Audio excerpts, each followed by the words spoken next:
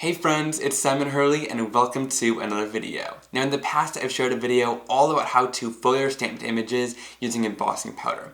But some people struggled to get perfect results using solid stamped images. So today I'm revamping it and walking you guys through several different techniques to foliar solid stamped images perfectly every time. Let's get into it. Alright, so I'm starting off here with a really solid background stamp. This one is called Egg Hunt, and it's one of the peel apart background stamps. So you guys are going to kind of see me test a couple different methods during today's video, and we're going to really find out which one works the best. So you'll see I covered this in Versamark clear sticky ink, and then I'm going to place a piece of my black cardstock into this and press it down to get a great impression. Now I like to use black cardstock because it's going to really show the color and shine of the foil, but you can use any color you want. Then once I lift that off, I can throw over a layer of clear heat embossing powder. Now I found that clear heat embossing powder worked best for me. You could try white heat embossing powder as well, but I find that clear heats up the smoothest for me. So I'm heat setting this until it becomes nice and clear and shiny, but you don't want to heat it too much. I find if you heat embossing powder a little bit too much, it almost burns and kind of sinks into the cardstock and won't give you the results that you want. So then once I'm done heating that, I can go in and cut my foil. I'm using the Mystic Rainbow foil from Therm. I love this beautiful rainbow foil. It's got some stunning colors to it. Now to do this, I like to use this Cricut rotary trimmer. Any rotary trimmer will work, but I like this one because it's got that cover to it so that when you click that on, it will protect you from getting caught on the edge. But then you can pull this out easily, put it on a cutting mat, and you can line up the exact amount of foil that you need and cut it down super simply. I find that foil doesn't cut great with scissors, so this is super helpful.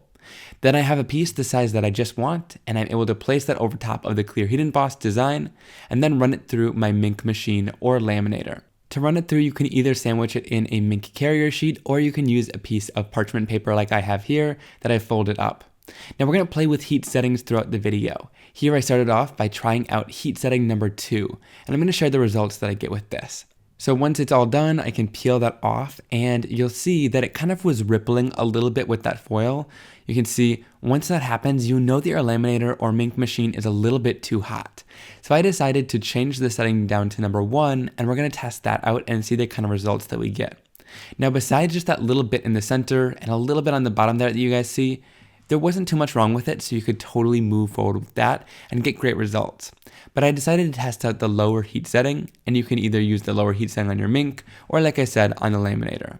I followed the exact same steps by stamping it down with clear Versamark ink, then I'll give it good pressure on the background stamp, and I'm going to throw over a layer of clear heat embossing powder. And then I'll heat set that until it turns nice and clear and shiny, and we're ready to go with another piece that is stamped and ready to foil. Then I'm going to cut down another piece of my foil using that same Mystic Rainbow foil and the same rotary trimmer. Again, guys, like I'm telling you, this thing is a game changer for cutting quick and easy pieces of foil. Then I place it in between my parchment paper, and I'm going to run it in my MINC machine again. I give it a little bit of time in between once I changed the setting to give it just a little bit of time to cool down. Then once I've ran that right through, we can lift that out, and you'll see that we got much better results. There was still a couple areas where it wasn't exactly perfect, but you're never going to get perfect foiling with this embossing method, but I love that you can use your stamps with it and still get great results. On the left, I have setting number 1, and on the right, I have setting number 3. So you can see that number 1 kind of seems to be the perfect happy medium in between them. The foil didn't ripple because it wasn't too hot, and it got great coverage all throughout. So heat setting number 1 seemed to be the best for me, but this just goes to show that you can really test it out with your machine. For this next one, I'm going to use the Watercolor Blooms background stamp, and this one had a little bit more detail with kind of half-tone little tiny dots throughout the background stamp, and I wanted to see if that detail would pick up with the embossing and the foiling that we're about to do. So again, I stamped it down using a little bit of clear sticky Versamark ink, and I'm going to stick in a piece of tomato soup cardstock from Gina. Then I'm going to throw over a layer of clear heat embossing powder again, and we'll go in and heat set this down. Now when I first started heat setting it, I did notice that a lot of that detail wasn't as much there as it would be just by stamping it with inks because we're using the heat embossing powder. So I didn't expect too much there, but I do have more to share with the foiling on this technique. So once I'm done heating that, I'm going to then go in with a little bit of foil. Here I used some beautiful radiant red from Gina, and I love the different kind of stars and twinkling patterns that it has throughout this foil. Then I'm going to line this up again and use my rotary trimmer to cut it down and make sure we have the perfect amount. I'll put that right into my parchment paper sheet, and then I'm going to run it through my MINC machine. Here again, I'm on setting number 1 again because I found that that one worked the best, but this time I wanted to test something out. So since it still missed just several little tiny spots on the other one, I decided I wanted to bring it right back through and run it through my laminator machine one more time, for a total of 2 times. And you're going to see by doing this, you get beautiful foiled results. And for being a stamped and heat embossed image that is super solid like this, it was very rare, but I love that we found the perfect combination of heat settings to do it really well. Now I also wanted to show that there's these toner sheets from Deco foil as well, that are fully printed toner sheets, so that once you've used that foil, you don't need to throw away something that would be normally a waste foil. So you see, here's the negative design. I've placed it on one of the toner sheets, and then I'm going to run that right through my MINC machine as well on the same heat settings. Once I've ran that through, I can pull it out and peel it off, and you can see all of that excess is used up, and you get this beautiful background. So it's almost like a fun 2-for-1 card with all the excess foil that you have left over. To finish off this foiled background into a card, I decided to use the same Watercolor Blooms stamp, and I love that this one has peel apart sections to it. So you can peel apart some of the flowers and leaves individually to create some really beautiful focal points on your cards.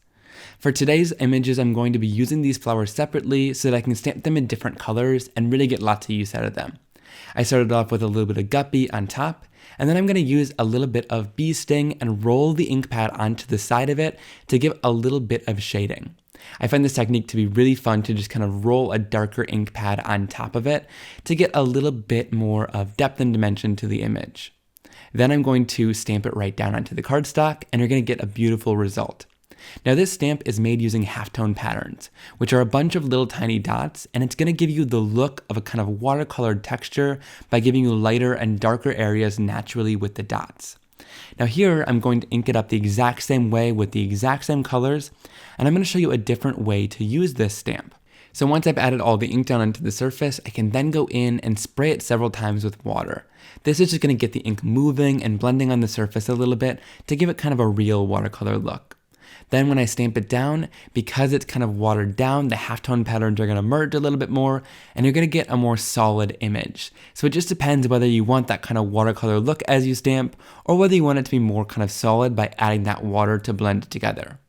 I decided to go for the more watercolored look because it gives a nice bold color on today's card, but I love that you have the different options with this background stamp to get that texture on there. For this next one, I'm going to go in using a little bit of triple berry and then crown me to add some shading onto the top of the flower, and I'll spray it and stamp it down onto the cardstock. I also stamped a couple different leaves as well to kind of complete the scene and create some really awesome floral bouquets. To do this, I used a little bit of overzealous and rolled on a little bit of Viper, which is a nice dark green color, to give that nice shading. Then to finish these and put them on the card, I'm going to fussy cut them out. They're pretty easy shapes to cut out, but I also like to use my Fiskars Spring Assist scissors to do this. They spring back out at your hands, so your hands won't get tired as you're cutting, and also they have a nice fine point tip, so you're really easily able to get into all the different details of the images. If you struggle with fussy cutting, I also recommend to move your cardstock instead of moving your scissors. You're going to get a much cleaner line that way and a really great smooth cut. So once I've cut all those images out, I'm going to add them down onto the card using a little bit of foam tape to create this nice little bouquet of flowers and leaves. I wanted a nice bold sentiment, so I pulled out the Sketch Floral stamp set, and I like to kind of take the clear sheet and move it around to see which sentiment's going to work best on the card. Today I wanted something bold and small, so I went for this boxy hugs sentiment. I'm inking it up with a little bit of black ink, and then I'll stamp it down onto my cardstock, and I love the contrast that this sentiment gives by stamping it down in the black ink like that. Then if you guys know me, you know I love clear heat embossing powder to finish off sentiments and images, so I threw over a layer of clear heat embossing powder and heat set it until it was nice and clear and shiny to give that beautiful finished look. Then I added that down onto my card, and you guys will see, this card is so stunning. I love that fun foiled background, using the background stamp, and then also peeling it apart and using it for focal point too. Now I wanted to share another way to do this foiling, but also make it a little bit smoother so that you won't be able to feel the heat embossing on the surface. For this, I'm using the Water Marble background stamp and a little bit of the Simon Hurley Create Lunar Paste. Now you might be a little bit surprised by this, but Lunar Paste can actually be used for foiling, which is super cool. So I'm going to add it down onto my glass mat here or a craft sheet with a palette knife in kind of a thin application. And then I'm going to go in with my sponge applicator tool and lift a little bit from that surface and start pounding it onto my background stamp. Now the reason why I'm going in from kind of a palette off to the side is because I don't want there to be too much or there to be any globs of this paste. You just want to apply a nice thin layer over top of the background stamp. And so this application method works really well for this sort of thing. I'm tapping it all over the surface of my background stamp, and then I'm going to bring in a piece of green cardstock and stamp it down for a nice tone-on-tone effect. Again, giving it good pressure all the way around to make sure that everything is going to transfer beautifully. So once we lift that off the background stamp, you're going to see that beautifully stamped background with the Lunar Paste. And it's already got lots of shine to it, which I think is so much fun already, but we're gonna add a foil to make it even shinier. Now you wanna clean your stamp quickly and thoroughly since you used that Lunar Paste on it and we don't want that to dry on there.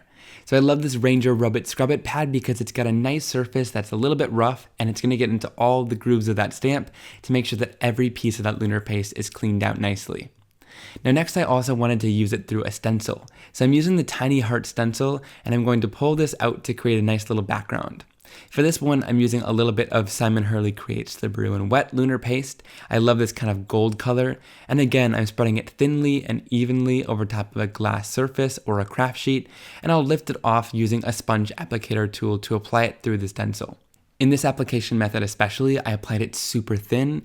If you want super even foiled coverage, you're gonna wanna apply it thicker, like maybe with a palette knife, but I like the kind of two-toned effect that this gives, which I'll show you in just a second.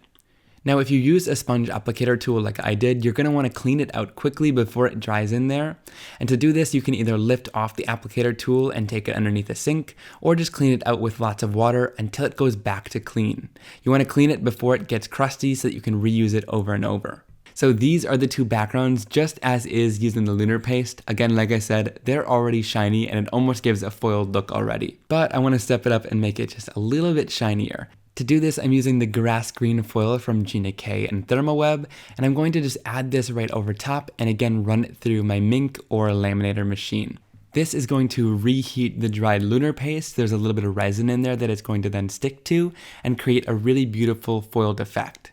I did run this one through twice again just to ensure that it all foiled, but play with your heat settings and how many times you run it through in case you're having issues. Then once I peel that off, you get a stunning result. It gives a completely different look, and I love that there's no texture to it either since we applied the paste on so thin to the surface. Now for the next background, I'm going to use a little bit of rose gold Deco foil. I'm going to place it down onto my surface and grab my Cricut trimmer to cut this down really quickly.